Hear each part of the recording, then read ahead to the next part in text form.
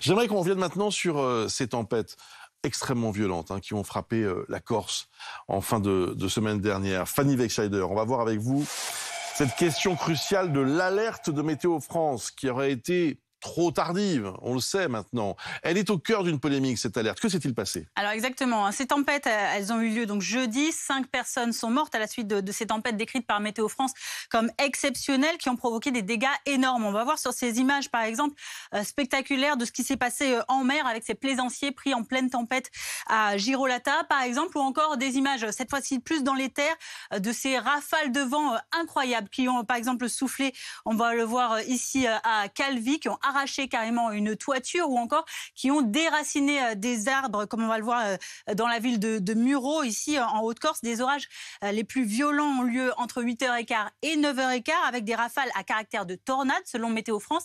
Des vents atteignant 225 km/h à Marignana, par exemple, 197 à Calvi, ou encore 132 à Ajaccio. Ce que vous disiez, c'est ce qui pose problème, Bruce, c'est cette alerte orange qui a été émise par Météo France et qui évoque des valeurs exceptionnelles jamais observées auparavant, pour répondre aux critiques qui ont donc été émises. En effet, on va voir sur la chronologie. Tout d'abord, à 6h, aucune alerte ne concernait les orages en Corse. Vous voyez, le département était de couleur jaune. C'est à 8h35 seulement, sur un prochain bulletin, que les deux départements de Corse passent en vigilance orange aux orages. C'est donc au moment où les premiers gros impacts d'orage ont eu lieu.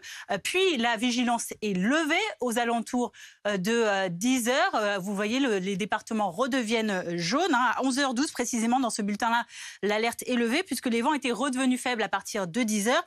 Alerte qui est renouvelée ensuite, on le voit dans le bulletin de 16h, avec donc les deux départements corse qui redeviennent orange en alerte donc orage dangereux. Une cellule de crise interministérielle est mise en place à ce moment-là. La vigilance est ensuite levée le lendemain, vendredi. Pour Météo France, ces orages en tout cas sont le résultat de phénomènes exceptionnels, difficiles à prévoir selon eux, pour leur modélisation de prévision. Alors, certains élus proposent à l'État de réfléchir à certaines mesures. Lesquelles? Oui, alors par exemple, le président de l'association des maires de Corse préconise d'arrêter de planter des pins aux abords des campings ou encore des villas, puisqu'on a vu les dégâts que ça pouvait causer quand ils étaient déracinés. Mesure soutenue par Gilles Simeoni, le président du conseil exécutif de Corse, qui par ailleurs, dans un communiqué émis hier, et il a rappelé ce matin chez nos confrères de RTL, propose la mise en place de bouées de mesure au large de l'île de Beauté. Ce sont des sortes de bornes en mer qui permettent d'analyser la puissance, la violence des vents. Il n'y en a aucune au large de la Corse, ce dont s'étonne un peu Gilles Simeoni, et selon lui qui aurait pu éviter cet épisode dramatique de jeudi. Le conseil exécutif de Corse qui également demande des comptes à Gérald Darmanin. Tout d'abord, un retour d'expérience sur ce qui s'est passé jeudi. Est-ce que les procédures d'alerte ont bien fonctionné? Est-ce qu'elles auraient pu être mieux anticipées? Il demande également des résultats de cette enquête que Gérald Darmanin a promis de demander à la sécurité civile, que ces résultats soient publiés de manière publique. Enfin, il demande l'analyse de fond pour une meilleure prise en compte des politiques publiques à l'avenir, des enjeux de ce changement climatique. Par exemple, dans son communiqué hier, le Conseil demandait si les baisses d'effectifs à Météo France auraient pu diminuer la qualité de la surveillance. L'effectif, mais aussi les baisses de certaines subventions qui ont été pointées du doigt déjà l'année dernière dans un rapport sénatorial. Merci beaucoup, Fanny. Justement, le rapporteur de cette mission sur Météo France est avec nous, Vincent Capo-Canelas. Bonjour. Bonjour. Vous êtes sénateur de Seine-Saint-Denis. C'était en septembre 2021, il y a un Exactement. an, quasiment un an. Rapport très intéressant parce que déjà, à l'époque, il y avait eu plusieurs polémiques, et ça fait plusieurs années, on le sait d'ailleurs, qu'il y a des polémiques autour des alertes de Météo France qui, pour certains événements, ne sont pas suffisamment précises ou trop tardives.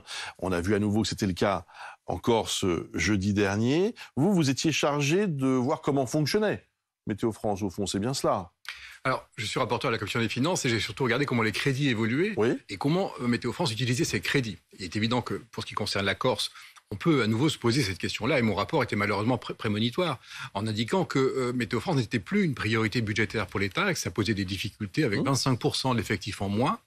Et puis effectivement, il y a un investissement important qui a été fait, des supercalculateurs, mais il faut des prévisionnistes à côté, et toute la question c'est la chaîne entre la prévision numérique et les météorologistes, et puis évidemment l'alerte. Et là, en l'occurrence, le ministre Darmanin a annoncé une enquête. Elle est, je crois, utile, nécessaire. Dès lors que ça sera une enquête sereine et un retour d'expérience, il faut tirer toutes les leçons de ce qui s'est passé.